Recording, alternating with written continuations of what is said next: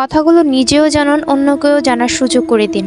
1. রাতে একা হাঁটলে যদি বুঝতে পারেন আপনার পিছনে কেউ আছে, ঘাড় করবেন না, পুরো শরীর ঘুরিয়ে দেখার চেষ্টা করবেন, আর পিছনে না তাকানোই উত্তম। 2. মসজিদে বা বিছানার সাপ দেখলে প্রথমেই মারবেন না, চলে যেতে বলবেন, কারণ জিনেরা সাপের রূপ ধারণ করতে পছন্দ করে। যদি না যায় তাহলে বুঝতে হবে ওটি সত্যিকারের সাপ, মারতে পারেন বা তাড়িয়ে দিতে পারেন। 3. যদি রাতে কখনো দেখেন গাছের ডাল বা বাঁশ ঝুঁকে আছে, এর উপরে বা নিচ দিয়ে যাওয়ার চেষ্টাও করবেন না, তখন সূরা ইখলাস পাঠ করুন। 4. গভীর রাতে ঘরের বাহির থেকে কেউ যদি একবার ডাক দেয়, সেই ডাকে সাড়া দিবেন না, অন্তত 3 বার ডাক দিলে তারপর বের হন।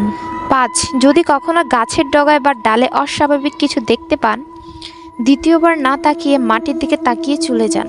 6. যদি রাতে আপনার রুমে এসে দেখেন আপনি আপনার রুমে বসে আছেন, ভয় না পেয়ে চোখ বন্ধ করে আয়াতুল কুরসি পড়তে থাকুন, তারপর চোখ খুলবেন।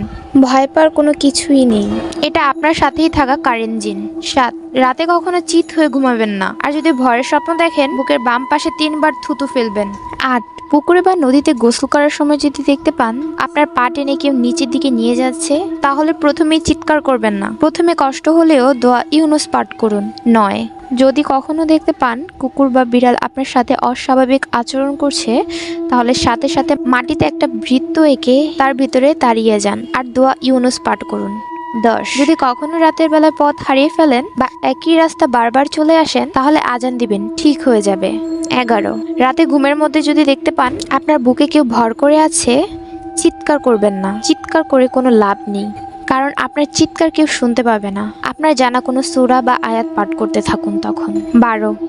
মরা মানুষের আত্মা আপনার সামনে যদি ঘুরে বেড়াচ্ছে এমনটি দেখতে পান, তাহলে ভয় পাবেন না, আয়াতুল কুরসি পড়বেন।